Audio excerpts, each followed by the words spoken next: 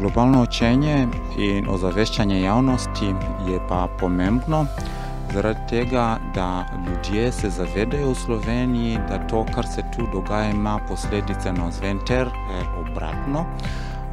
Je pa tudi pomembno, da se zavedajo, da če pa pride do nesreče nekje drugjer, ravno tako kot če pride nesreče v Sloveniji, je potrebna solidarnost.